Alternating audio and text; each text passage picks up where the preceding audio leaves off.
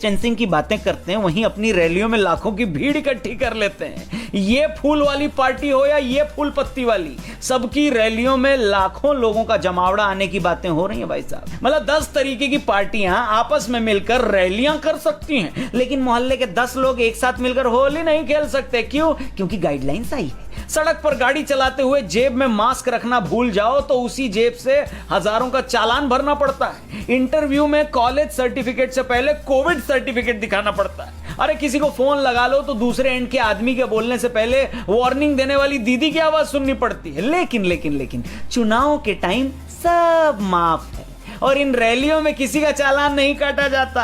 काटने के नाम पर बस आम जनता का ही कट रहा है, और सिर्फ जनता का नहीं कट रहा है, जनता की भी कट रही है। क्या? जेब। बीएमसी ने मास्क न लगाने के लिए लोगों से क्या 30 करोड़ तक का फाइन लिया, ऐसा हमने कहीं पढ़ा। बाकी दिल्ली में 26 करोड़ से ज्यादा, गुजरात में 168 करोड़ और उत्तर प्रदेश में तो 500 से ज्यादा गिरफ्तारियां हो चुकी हैं। यानी सरकारें एक तरफ तो दिखा रही हैं कि कोरोना कितना खतरनाक है, और दूसरी तरफ बड़े बड़े मैदानों में खुद ही भीड़ इकट्ठी करके सोशल डिस्टेंसिंग बनाने का ज्ञान फैल रहे हैं। हेलो, मतलब कोरोना चल रहा है ये इंपॉर्टेंट नहीं है, चुनाव चल रहा है ये इंपॉर्टेंट है। क्यों? क्योंकि कोरोना भी सी से शुरू होता है और चुनाव भी सी से, इसलिए C=C और मिलके जनता का भी C। सॉरी, मतलब कोरोना को भी नेताओं से ज्यादा प्यार आपके त्योहारों से है। क्यों? क्योंकि आपके त्योहारों पर वो आएगा।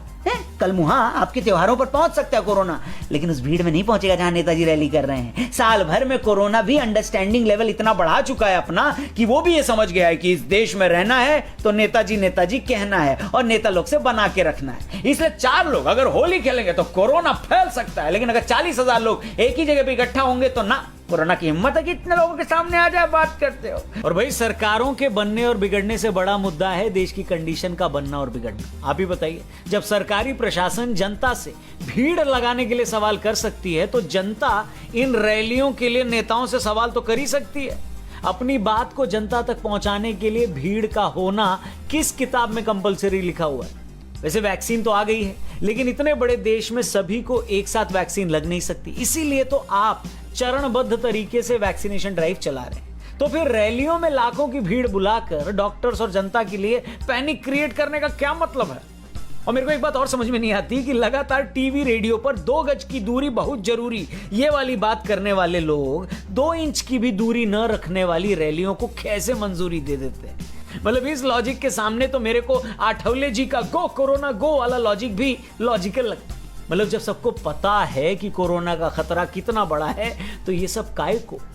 किस मुंह से चौराहे पर बिना मास्क के रिक्शा चलाने वाले को रोका जाता है जब देश चलाने वाले नेता लोग ही ऐसा करें तो?